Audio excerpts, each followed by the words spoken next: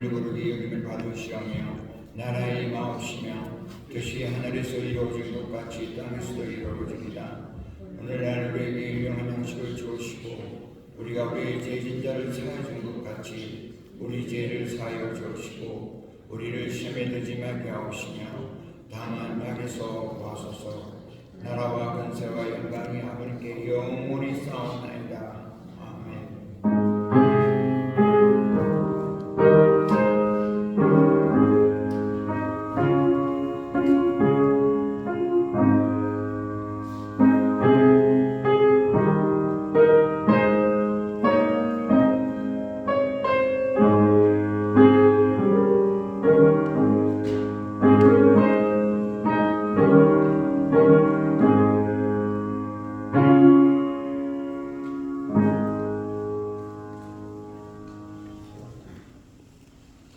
오늘 우리에게 주시는 하나님의 말씀은 구약 전도서 7장 5절부터 14절까지 말씀입니다. 전도서 7장 5절부터 14절까지 말씀입니다. 제가 가진 성경에는 954페이지에 있습니다. 공독하겠습니다. 지혜로운 사람의 책망을 듣는 것이 우매한 자들의 노래를 듣는 것보다 나으니라. 우매한 자들의 웃음소리는 솔 밑에서 가시나무가 타는 소리 같으니 이것도 헛되니라. 탐욕이 지혜자를 우매하게 하고 뇌물이 사람의 명철을 망하게 하느니라. 일의 끝이 시작보다 낫고 참는 마음이 교만한 마음보다 나으니 급한 마음으로 노를 바라지 말라. 노는 우매한 자들의 품에 머무름이니라. 옛날이 오늘보다 나은 것이 어찌미냐 하지 마라. 이렇게 묻는 것은 지혜가 아니니라. 지혜는 유산같이 아름답고 햇빛을 보는 자에게 유익이 되도다. 지혜의 그늘 아래에 있음은 돈의 그늘 아래에 있음과 같으나 지혜에 관한 지식이 더 유익함은 지혜가 그 지혜 있는 자를 살리기 때문이니라. 하나님께서 행하시는 일을 보라. 하나님께서 곱게 하실 것을 누가 능히 곱게 하겠느냐. 형통한 날에는 기뻐하고 공고한 날에는 되돌아 보아라. 이 두 가지를 하나님이 병행하게 하사 사람이 그의 장래일을 능히 헤아려 알지 못하게 하셨느니라. 아멘. 이는 살아계신 하나님의 말씀입니다.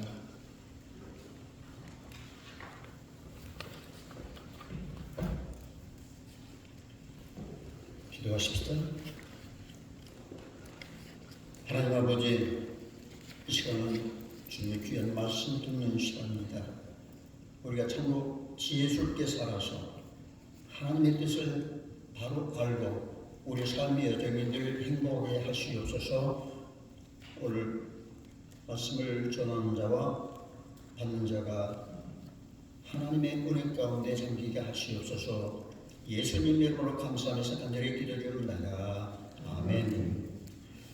오늘 성경을 덮지 마시고요. 본문을 펴두고 본문 속에서 우리 읽으면서 같이 은혜를 나눌 수 있도록 하겠습니다.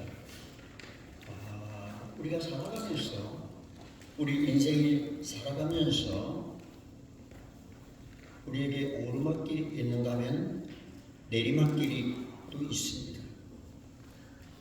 그 오늘 성경 말씀을 이렇게 마지막 절에 이렇게 말씀하시죠. 14절을 보시기 바랍니다. 14절 오늘의 키포인트입니다. 14절 우리 같이 한번 보십시다. 형통한 날은 기뻐하고 곤고한 날에는 되돌아보아라.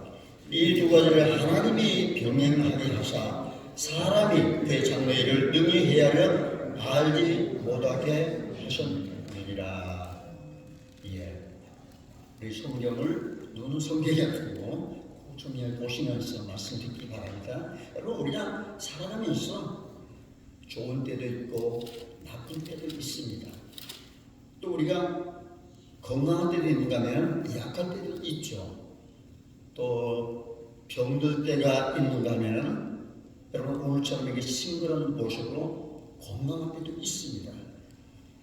그러니까 성경의 표현대로 말한다면은 형통할 때도 있고 곤고할 때도 있다라는 것입니다. 하나님께서 이 두 가지를 병행하게 하셔서 우리 인생의 지혜를 배우게 하셨다. 믿습니까? 무슨 말씀 모르겠습니까? 우리 인생의 삶을 고난스럽게 살 때도 있고 행복하게 살 때도 있다. 그렇게 성경 말씀합니다. 우리가 성경 디모데후서 3장 13절에 보면 말세 어떤 현상이 일어나는가를 말씀하고 있는데 악한 사람과 속이는 자는 더욱 악해져서 속이기도 하고 또 속기도 한다. 그렇게 말씀하십니다. 여러분, 우리 인간에 있어 우리에게서 나오는 가장 지혜의 어리석음이 뭔가? 내 제일주의로 살아간다. 내 생각이 최고고 내 안에 내 신념이 최고고 내가 세상에 제일 잘났고 내가 제일 똑똑하고 현명하다. 자기 스스로 잘나지 않은 것, 이게 참으로 어리석은 거다 말씀하십니다. 그 때문에 우리들이 무엇을 구해야 하는가? 바른 지혜를 구해야 한다. 내 안에서 나오는 지혜가 아니라 하나님께서 주시는 하나님의 지혜인 줄을 여러분 꼭 믿으시기 바랍니다. 이 지혜는 무엇보다 사람 관점에서 지혜가 아닙니다. 하나님 편에서 지혜다라는 것입니다. 오늘 본문에서 세 가지 말씀을 나누면서 우리가 은혜 받기를 원합니다. 첫 번째로 어떤 지혜를 가져야 하는가? 재물을 아름답게 사용하는 지혜를 갖자. 우리 같이 한번 고백하십시다. 재물을 아름답게 사용하자. 시작. 우리에게 주신 재물을 아름답게 사용하자. 오늘 본문 12절 말씀을 우리 한번 보십시다. 우리 김집사님 오늘 본문 12절 말씀 같이 시작. 지혜 그늘 아래 있음은 돈의 그늘 아래 있음과 같더니 지혜에 관한 지식이 더 유익함은 지혜가 그 지혜 있는 자를 살리기 때문이니라. 오늘 이 말씀들은 누구의 말씀입니까? 솔로몬의 말씀인데 솔로몬의 말은 뭐라는 거? 지혜도 있고 지혜도 힘이 되고 돈도 힘이 된다. 그런 얘기를 하고 있습니다. 그러니까 지혜도 사람을 보호할 수 있고 재물도 사람을 보호할 수 있다라는 것입니다. 근데 지혜와 재물 그 둘 중에 어느 가장 힘이 셀까? 뭐가 더 막강한 힘이 될 수 있는가? 성경이 말씀하고 있는데 뭐로 말씀합니까? 지혜가 재물보다 더 유익한 거, 이 지혜는 사람의 생명까지도 살린다라는 것입니다. 여러분, 지혜자와 우매자, 미련한 자가 어떻게 재물을 사용하는지 오늘 말씀을 보면서 우리가 잘 생각하시기 바랍니다. 지혜자는 뭐예요? 지혜자는 돈이 많든 적든 그 돈 가지고 돌리 다 보셨으면 이제 말씀을 경청하시기 바랍니다. 지혜자는 돈이 많든 적든 그 돈 가지고서 옳은 일에 쓰는 그 옳은 일 사용하는 사람을 지혜자라는데 내가 가진 재물을 가지고 옳은 일을 쓴다. 사람을 도와주고 약한 사람 보호하고 또 내 주변에 어려운 이웃들을 위해서 쓰는 그런 분을 볼 때 그분을 보면서 참 멋지다. 그분을 보면서 우리가 큰 감동을 받게 된다 그겁니다. 그래서 지혜자가 재물을 가지게 되면 인격도 많아지고 더더구나 하나님 지혜를 가진 사람이라면 이 재물을 아무리 많이 가져도 어떻습니까? 폼이 난다. 왜? 그 재물로 좋은 일 하죠. 사람 도와주죠. 또 그 외에 참으로 좋은 일에 쓰기 때문에 그런 참으로 폼이 나는 그런 사람입니다. 우리가 성경에 창세기에 요셉을 한번 보시기 바랍니다. 요셉은 많은 재물을 하나님께서 맡겼습니다. 바로왕이 요셉이 하는 말이 내가 너보다 더 높은 것은 이 왕의 자리뿐이다. 재물은 모든 게 네가 알아서 해라. 요셉에 다 맡겼습니다. 그 요셉은 그 재물을 가지고 어떻게 합니까? 천하 만민의 생명을 구원하는 일을 했습니다. 7년 동안 극심한 중년 기근 때 애국 민족 다 살리죠. 자기 동족 이스라엘 동족 다 살리죠. 각국 나라들의 양식을 다 받아갔죠. 심지어는 짐승까지도 다 살렸습니다. 요셉에게 좋은 일을 참 많이 했습니다. 근데 반대로 우매자, 우둔한 자가 재물을 가지면 어떻게 됩니까? 운자, 일단 재물을 가지면 그 재물의 노예가 되어버립니다. 그 재물을 가지고 다른 사람 앞에서 괜히 어깨에 힘주고 굴림하게 하고 많은 사람을 힘들게 하고 재물을 통해서 상대방의 눈에 피눈물 나게 만드는 것이 바로 물론 가진 사람들, 우매자들의 모습입니다. 그 사람의 결론은 뭔가? 그 재물 때문에 폭삭 망하게 된다. 자기 인생은 결국 파멸에 이르게 된다라는 겁니다. 여러분과 신약 성경에 삭개오를 잘 아실 겁니다. 삭개오, 구원받기 이전에 삭개오를 한번 생각해 보십시다. 삭개오는 재물에 눈이 어두웠던 사람입니다. 그 재물가 어떤 일을 했습니까? 자기 동족에게 자기들이 아는 사람에게 피눈물 나게 했던 사람입니다. 동족에게 세리함으로써 세금을 받으면 반은 자기 포켓에 집어있고 반은 받치고 점점 재물이 많아지니까 자기 집도 점점 커졌을 겁니다. 그게 다른 사람들이 자기 동족들이 삭개오를 보면서 뭐라고 합니까? 삭개오를 생각할 때 어떻게 생각했는가? 모두가 너 앞에 손가락질을 하면서 욕을 했습니다. 야, 저는 동족의 피를 빨아먹는 건 저 나쁜 놈이다. 돈이 많이 벌리는 벌었지만 그것보다 더 소중한 것을 잃어가고 있었습니다. 만일에 삭개오가 예수님을 영접하지 않았더라면 참으로 불쌍한 영혼이 되었을 것입니다. 마찬가지로 누구든지 정당한 방법으로 돈을 벌고 옳은 일에 자신의 돈을 조건을 쓰게 된다면 그것처럼 멋있는 사람이 또 어디 있겠습니까? 근데 그 멋있는 사람 되기가 쉽지 않습니다. 오늘 본문을 쓰신 지혜왕 솔로몬도 이 재물을 다스리기 쉽게 하고 말았습니다. 솔로몬은 맨 처음에 왕이 되었을 때 얼마나 겸손했습니까? 나는 작은 아이다. 나는 참으로 작은 사람이다. 그랬던 사람이 결국에는 자기 주제에 넘치는 재물 때문에 결국 타락에 들고 어깨에 힘이 들어가고 교만해지고 결국에는 하나님께서 내리치는 부끄러운 왕이 되어버렸습니다. 솔로몬 때 부귀영화를 누렸다 하지만 아버지 다윗이라고 하는 약속 때문에 솔로몬 때는 암이 이어졌습니다. 그러나 솔로몬이 얼마나 나쁜 짓을 많이 했습니까? 재물 모아서 이방 여자들 불러들이고 결국 솔로몬 이후에 나라가 북왕국, 북이스라엘, 남왕국으로 나눠져 버리지 않습니까? 이 솔로몬의 타락을 지켜본 아굴이라는 사람은 이런 기도를 했습니다. 어떻게 기도했는가? 우리 잠언 30장 그 앞으로 돌아가서 잠언 30장 7절에서 9절을 우리 같이 보십시다. 우리 유명한 기도가 나오는데 우리 한번 찾아서 보십시다. 잠언 30장 7절에서 9절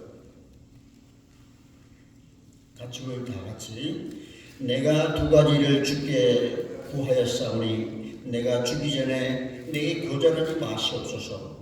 곧 헛된 것과 거짓말을 내게서 멀리 하옵시며 나를 가난하게도 마옵시고 부하게도 마옵시고 오직 필요한 양식으로 나를 먹이시옵소서. 같이 크게 부자시이자 혹내가 배불러서 하나님 모른다 여호와가 누구냐 할까 하오며 혹 내가 가난하여 도둑질하고 내 하나님 이름을 욕되게 할까 두려워함이니이다. 여러분 자기 자신을 관찰해보고 자기 자신 스스로 재물을 다스릴 만한 그런 능력이 없었는 오늘 이 아굴의 기도처럼 하나님 나에게 차라리 재물을 주지 마십시오. 그렇게 기도한 게 차라리 낫습니다. 그게 바로 하나님 앞에서 바로 사는 길이기 때문에. 그러나 그 지혜와 재물을 가지면 그것으로 더 아름답고 영광스럽게 살아간다 하는 것입니다. 그래서 오늘 우리들은 하나님 말씀하시는 하나님의 입장에서 하나님이 주신 지혜를 흠뻑 받으시고 지혜로 살아가는 여러분 되시길 간절히 바랍니다. 여러분, 하나님 나에게 무엇을 주기 전에 먼저 내가 가지고 있는 이 재물을 얼마나 잘 관리하고 있는가 여러분 곰곰이 생각해 보시기 바랍니다. 성경에는 뭐라고 말씀하십니까? 마태복음 25장에 보면 작은 일에 충성한 자가 큰 일로 충성할 수 있느니라. 내가 가지고 있는 이 작은 것 잘 관리할 수 있는 청직의 모습이 나에게 있다면 하나님께서는 마땅히 큰 것도 주실 수 있다. 믿습니까? 그러기 위해서는 우리가 어떻게 살아야 합니까? 먼저 지혜롭게 살아라. 그렇게 말씀하십니다. 저희 여러분들이 하나님 앞에서 지혜로운 청지의 모습으로 살아가시는 주님을 간절히 축원합니다. 둘째로 생명을 얻게 한 지혜를 말씀하고 있습니다. 우리 같이 생명을 얻게 한 지혜 같이 고백하십시다. 시작. 생명을 얻게 하는 지혜.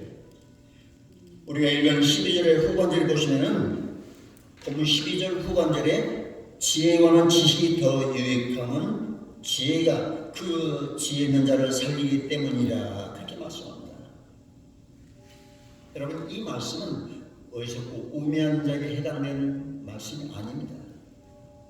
지혜 있는 자에게 말씀합니다.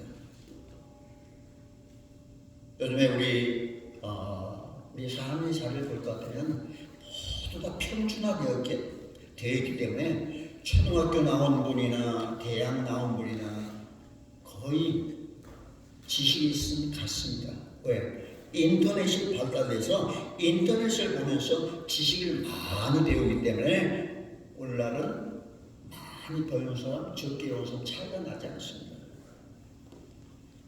우리가 아무리 지식이 많다 하더라도, 아무리 지혜가 많다 하더라도 나이가 60이 되면 세상적으로 지식을 많이 배우는 사람이나 많이 배우지 못하는 사람이나 거기서 그 수준입니다. 지식 평준화가 되어버린 것입니다. 그 세상에서 아무리 지식이 많다 할지라도 여러분, 세상 지식을 많은 박사라는 분들 보십시오. 우리야 별로 대화에는 차이가 없습니다. 그런데 우매자와 지혜자의 차이가 뭔가? 하나님을 아느냐, 하나님을 아는 지식을 얼마나 가지고 있느냐, 그 믿음의 차이입니다. 제가 목회하는 과정에서 성도들 가운데 세상말로 말하면 가방끈도 작고 먹물이 적게 든 그런 분들이 있습니다. 세상 지식에 대해서 부족한 분들이 있다는 겁니다. 어떤 분은 조용히 와서 저에게 이해합니다. 목사님, 저는 세상 학벌을 많이 가지지 못했습니다. 내가 학교는 조금밖에 다니지 못했습니다. 저는 참으로 부족합니다. 자기의 속마음을 진심으로 목사에게 털어놓는 모습을 보면서 참 정말 좋은 분이다. 그분을 유심히 봤는데 그분의 믿음이 얼마나 좋은지, 얼마나 지혜스러운지, 그리고 얼마나 겸손하고 진실한지. 근데 여러분, 우리를 분명히 아셔야 할 것은 그러한 분들이 오히려 세상 지식이 없음으로 인해서 하나님을 더욱더 의지하는 귀한 사람이더라, 훌륭한 사람이더라, 그겁니다. 세상에 살아가는 지식이 없음으로 인해서 더욱더 좋은 삶, 우리 주님만을 의지하는 믿음의 길만을 걸어 있다면 이 사람은 참으로 훌륭한 인생의 삶을 살아가고 있다라고 말씀드릴 수 있습니다. 우리 신약을 한번 찾아보십시다. 고린도전서 1장 26절에서 28절. 고린도전서 1장 26절 28절. 이 말씀들을 우리가 한번 깊이 보십시다. 26절부터 시작. 형제들아 너희를 부르시노라. 육체를 따라 지혜는 자가 많지 아니하며 능한 자가 많지 아니하며 문물 좋은 자가 많지 아니하도다. 그러나 하나님께서는 세상에 미련한 것을 택하사 지혜 있는 자들을 부끄럽게 하려 하시고 세상에 약한 것들을 택하사 강한 것들을 부끄럽게 하려 하시며 하나님께서 세상에 초라한 것들과 멸시받는 것들과 없는 것들을 택하사 있는 것들을 피하려 하시나니. 사랑하는 여러분, 우리 세상에서 자랑할 만한 것 가지고서 구원에 이르지 않다는 것을 오늘 여기서 말씀드릴 수가 있습니다. 우리가 구원에 이르는 것은 믿음으로 인해서 구원에 이르는 줄 믿으시기 바랍니다. 여러분, 지혜 있는 자는 하나님 말씀 받고 그 말씀을 늘 순종하려고 노력하는 사람입니다. 그런 사람에게만 구원에 이르는 겁니다. 그렇다면 여러분은 어떻습니까? 우리 모두는 구원을 받은 사람은 구원에 이르는 사람이다. 어리석은 자는 언제나 말씀을 물리칩니다. 복음에 대해서 부정적입니다. 언제나 말씀의 반대길만 가려고 합니다. 그러기에 여러분들 소유하는 이 지혜가 세상의 돈보다 더 권력자들보다 더 소중하다는 사실을 여러분 깨닫기를 바랍니다. 믿습니까? 여러분, 세상의 것들은 잠깐 육신의 삶을 편하게 해줄지는 몰라도 하나님 믿는 그 믿음은 우리의 영원한 생명을 보존하고 구원하는 생명의 줄을 믿으시기 바랍니다. 여러분, 그래서 여러분을 하나님이 구원하여 주셨습니다. 그래서 여러분들은 언제나 하나님 앞에 감사하실 수 있는 여러분 되시기를 간절히 축원합니다. 여러분, 세상에 혼미케한 자들, 미련한 자들, 하나님을 믿지 않는 자들은 하나님 말씀에 항상 저항합니다. 항상 선동하고 복음을 어떻게든지 훼손시키려고 노력하고 세상을 어렵게 만든다. 예수 그리스도의 확신보다는 세상을 믿게 하고 자기 자신을 믿고 하나님 시간의 행동만 골라서 하는 것을 볼 수가 있습니다. 그러나 믿음 있는 그런 분들은 오히려 세상의 과학보다 자연의 이치보다 나는 예수님의 권능과 능력을 더 강하게 믿는다는 그 확신이 얼마나 충만합니까? 근데 복음의 불신자들은 복음의 말씀을 받아듣지 않으려고 합니다.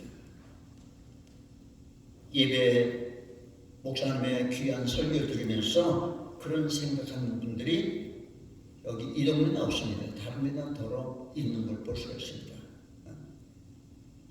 너 설교 잘해? 웃기지 마라. 너나 나나 새끼 밥 먹고 사는 건 마찬가지 아니냐? 아니, 노 목사, 이 목사, 너나 나나 새끼 밥 먹고 살고 화장실 가서 똑같이 같은 일도 마찬가지인가? 그리고 너희는 교회에서 교인들이 피눈물 나게 헌금하는 그걸로 편히 살고 있지만 우리는 매일매일 죽도록 일하면서 살아가지 않는가? 너희는 얼마나 편한가? 복음을 전하는 자에 대해서 복음에 대해서 아주 부정적입니다.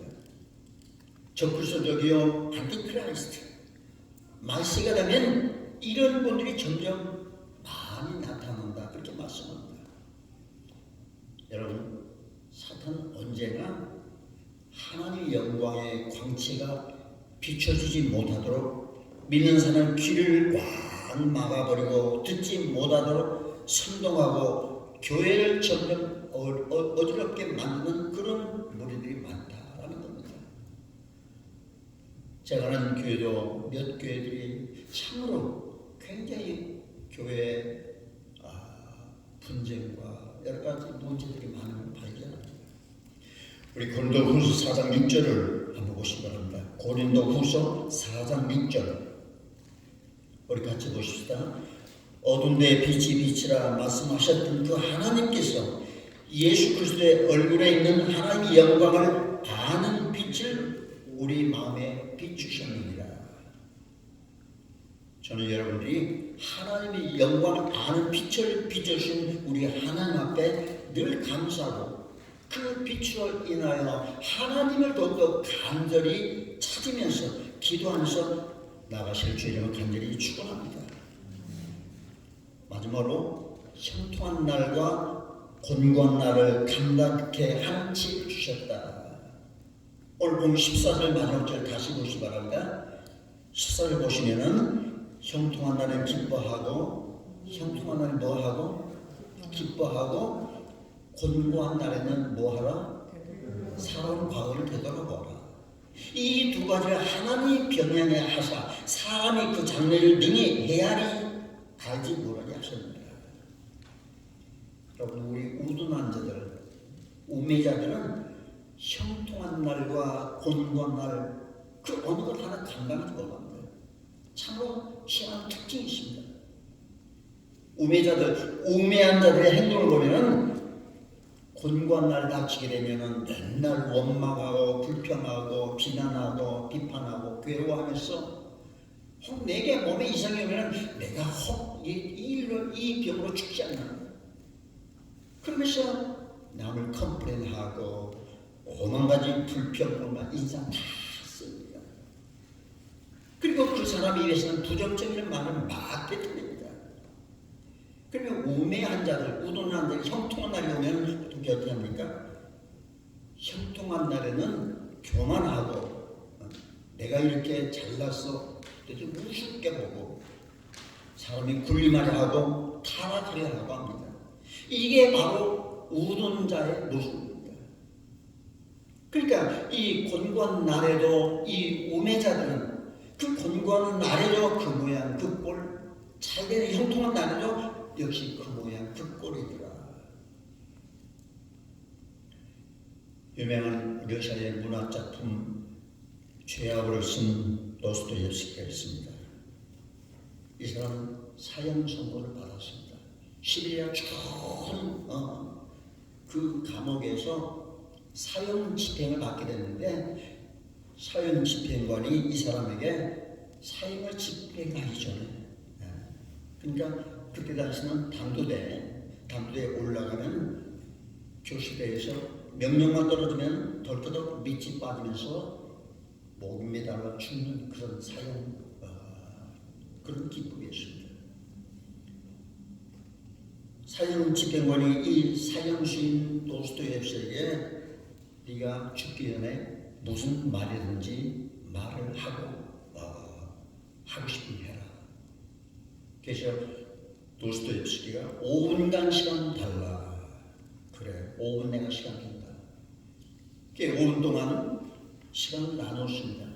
2분 동안은 그동안 살아오면서 참으로 고마운 분들을 내게 감사 기도를 하더랍니다. 살면서 참으로 은혜를 입었던 고마운 사람들, 그 다음 2분 동안은 내가 살아오면서 혹시 남에게 상처를 줬거나 나로 인해서 어려움을 겪었던 피해를 입었던 그분들을 용서해 주십시오.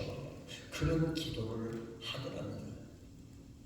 얼마나 하십니까? 1분 동안은 내가 하나님을 믿는다고 믿었지만 하나님 그러나 내게 잘못을 용서해 주시고 내가 죽어서 저 하늘나라까지 인도해 주시고 주님 것으로 찬송을 해 주십시오. 그렇게 기도를 마치고 아멘 하는데 저쪽에서 탁탁탁탁탁 말과 소리가 나더랍니다. 황제 특사가 칙령을 가지고 온 겁니다. 황제의 머니여 그 사람 죽이지 마시오. 도스토옙스키는 구사 일생을 살아났습니다. 이 사람 그때부터 단 5분의 중요성을 몸으로 절실히 깨닫고 나서 무슨 일을 하든지 먼저 5분 동안 기도하고 무슨 말을 하든지 5분 시간을 가지고 기도하고 말을 하고 일을 했더라. 결국 그래서 이 도스토옙스키는 세계적인 소설가, 세계적인 문학가가 됐다라고 합니다. 여러분 예배서 5장 17절에 보시면 이런 말씀이 있습니다. 신약 예배서 5장 17절 그러므로 어리석은 자 되지 말고 오직 주의 뜻이 무엇인가 이해하라. 이런 말씀이십니다. 여기 주의 뜻이 무엇인가 이해하라. 이 이해하라는 말은 생각하라, 분별하라. 그런 뜻입니다. 여러분, 지혜로운 자의 주의 뜻이 무엇인가 생각하고 분별하고 이해하라는 것입니다. 근데 어리석은 우매자는 어떻다고 말합니까? 금방 인간적인 판단을 가지고 오늘 말씀 보세요. 8절 9절 보시기 바랍니다. 이 길의 끝이 시작으로 났고 참 마음이 교만한 마음보다 나으니 급한 마음으로 노를 바라지 말라. 노는 우매자의 품에 머무르리라. 이 노가 뭡니까? 분노, 화. 우매자는 인간의 판단을 급한 마음으로 자기의 성질대로 막 퍼부어버리는 겁니다. 이런 사람 성경이 뭐라고 합니까? 이런 지혜자랍니까? 우매자랍니까? 우매자라고 합니다. 이런 모습이 얼마나 어리석습니까? 여러분, 이 시간을 통해서 지금 하나님이 내게 원하시는 것이 무엇인가 한번 깊이 생각해 보실 겁니다. 여러분에게 제가 부탁드립니다. 급한 마음으로 자기 생각대로 자기 우울한 마음으로 노를 절대로 내지 마시라. 그겁니다. 성질 내지 마시고 제멋대로 행동하지 마십시오. 에베소 5장 17절에 어리석은 자가 되지 말고 그게 뭐예요? 주의 뜻이 무엇인가를 먼저 생각하라. 내가 이렇게 행동하는 것이 과연 주님의 뜻인가? 아니면 내 마음의 행동인지 우리가 깊이 생각해봐라. 여러분 형편은 어떻습니까? 여러분 형편은 어떻습니까? 살아가면서 다 힘드실 겁니다. 그로소리 가면은 물건값이 하늘 높이를 보고 늘 뛰는 겁니다. 가스값이 올렸다 내렸다 하는데 여러분 어떻게 생각하세요? 물건값이 오른다고 불평불만 맨날 그냥 컴플레인 하면은 하나님 기뻐하실까요? 우리가 이민 와서부터 쭉 살아보면은 물건값이 내린 적이 있던가요? 계속 오르는 겁니다. 그럼 우리가 어떻게 살아야 합니까? 하나님 감사합니다. 이 물건을 만드는 데 축복 주셔서 돈 많이 벌게 하셔서 감사합니다. 저는 손해봐도 괜찮습니다. 이런 넉넉한 마음으로 사는 게 지혜자의 마음 아닌가. 여러분, 행여라도 어려운 중에 있는 분들 경제적으로 혹은 정신적으로 인간 관계에서 또는 신앙적으로 문제가 있는 분들은 우리 꼭 기도하시기 바랍니다. 왜 기도해야 합니까? 그 고난 뒤에 숨겨놓은 하나님의 축복이 있는 줄 믿고 기도하시는 우리 가족들 되시기 바랍니다. 여러분, 주보 앞에 보면 기도문이 있습니다. 주보 앞에 한번 보시기 바랍니다. 이 기도문은 서울의 어느 큰 병원 현관에 이름 모를 중환자가 시를 써서 액자에 넣어서 걸려있는 그 시의 내용입니다.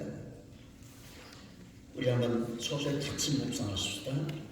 큰 일을 위해 힘을 주십사 하나님께 기도했더니 겸손을 배우라고 연약함을 주셨습니다. 많은 일을 하려고 건강을 구했더니 그다음 뭐예요? 보다 더 갇힌 일을 하라고 병을 주셨습니다. 행복해지고 싶어서 부유함을 구했더니 지혜로워져라 라고 가난함을 주셨습니다. 세상 사람의 칭찬받고자 성공 구했더니 폼내지 말라고 실패를 주셨습니다. 풍요로운 삶을 누릴 수 있게 모든 걸 달라 기도했더니 모두를 누릴 수 있는 삶 그 자체를 선물로 주셨습니다. 그 다음 같이 시작. 구한 것 하나도 주어지지 않은 줄로 알았는데 내 소원을 모두 들어주셨습니다. 하나님의 뜻을 따르지 못하는 삶이었지만 미처 표현하지 못한 기도까지 모두 다 들어주셨습니다. 나는 가장 축복받은 사람입니다. 우리 같이 고백하십시다. 나는 가장 축복받은 사람이다. 시작. 나는 가장 축복받은 사람이다. 축복을 조금밖에 못 받는 이렇게 고백을 못 하시는 거예요. 나는 가장 축복받은 사람이다. 그렇습니다. 여러분 좀 더 나은 환경, 모든 것이 나에게 맞춰주는 그런 환경, 그러한 사람, 그런 분위기를 구하지 말라고 합니다. 성경은 하나님을 아는 것이 지혜의 근본이다 말씀하셨습니다. 하나님을 아는 것이 지혜의 근본이다. 내가 여기에 날들 잘 감당하고 내가 하늘의 소망을 두면서 그런 가운데도 출구하면서 형통한 날에 찬송하는 날에 우리 하나님은 우리에게 더욱더 겸손을 배우고 겸손을 주시고 지혜를 주셨습니다.